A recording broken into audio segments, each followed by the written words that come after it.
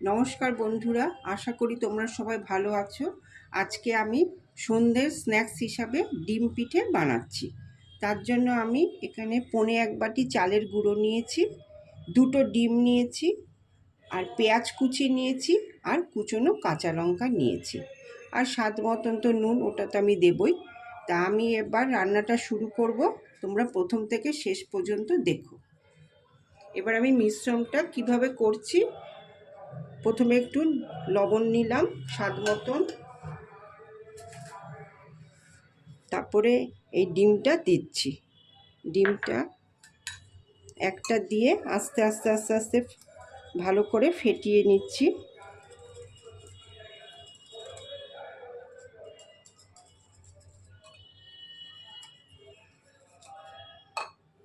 তারপরে আরেকটা ডিমও দিয়ে দিলাম।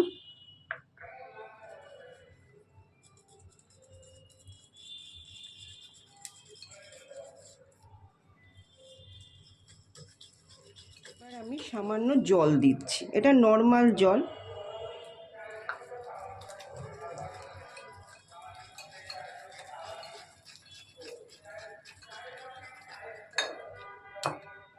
এবার আমি এই পেঁয়াজগুলো দিয়ে দিচ্ছি।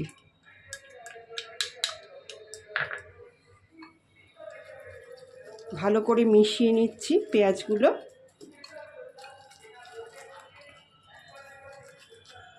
আর সবার শেষে দিয়ে দিচ্ছি কুচনো কাঁচা লঙ্কা। এটাও ভালো করে মিশিয়ে নিচ্ছি। দেখো ব্যাটারটা পুরো তৈরি হয়ে গেছে। আমি আজকে সাদা তেলেই রান্না করছি। তেল গরম হয়ে গেছে, এবার আমি আস্তে আস্তে দিয়ে দিচ্ছি।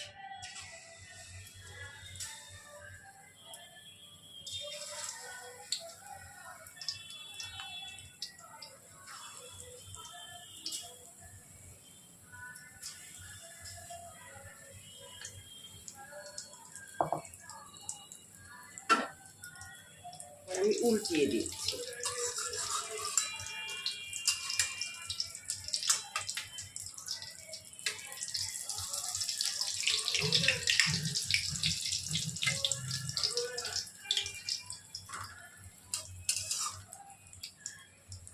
এই ডিম পিঠেটা চা বা কফির সঙ্গে খেতে খুব ভালো লাগে।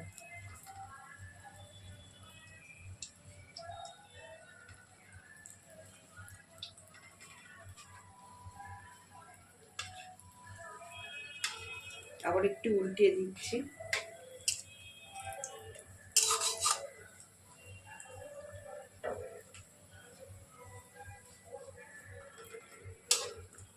ভাজা হয়ে গেছে, এবার এগুলো আমি তুলে নিচ্ছি।